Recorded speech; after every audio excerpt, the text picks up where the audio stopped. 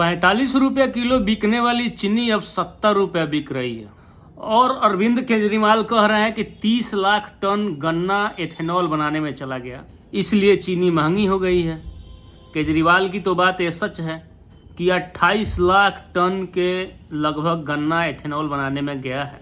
लेकिन मेरे सवाल का जवाब आप लोग कमेंट सेशन में जरूर दीजिएगा कि 306 लाख टन गन्ने में से 278 लाख टन गन्ना चीनी बनाने में खर्च हुआ है, यानी कि 28 लाख टन गन्ना एथेनॉल बनाने में खर्च हुआ है।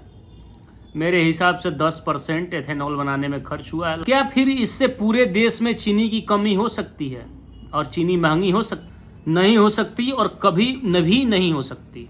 अरविंद केजरीवाल का ये बयान पुरानी आदतों से वो तो बाज आते ही नहीं हैं और उसी का फिर उदाहरण दे चुके हैं। किसी भी गंभीर विषय पर बिना सोचे बिना समझे इनका बोलना आदत है शुरू से।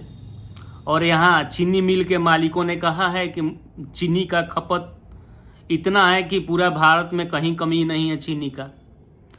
और रह गई बात कि चीनी महंगा क्यों हुआ है, तो वो भी सुनाते हैं। चीनी इसलिए महंगी हुई है कि लोगों को डर था कि इस बार गन्ने का खपत कम हुआ और गन्ने में एनीमो नामक एक बीमारी भी फैली हुई थी। इसका कारण यह है कि भारत पहले विदेशों में चीनी भेजता था, इसकी मात्रा बढ़ा दी गई, तो इससे भी लोगों के अंदर डर था कि कहीं चीनी का खपत कम ना हो जाए, इसलिए चीनी को लोगों ने जमा करना स्टार्ट हो गया। और स्टॉक जब जमा हो जाएंगे तो डिस्ट्रीब्यूट होंगे नहीं, तो इसलिए जब खपत का कमी होगा तो मार्केट में रेट बढ़ेगा ही। इसलिए सरकार ने चीनी के जितने भी मिल हैं उस पर जांच भी करा रही है और जो भी स्टॉक है उसको मार्केट में भेजने का काम भी करने का आदेश दिया है।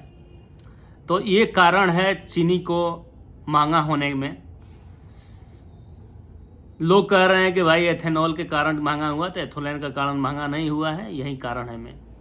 धन्यवाद।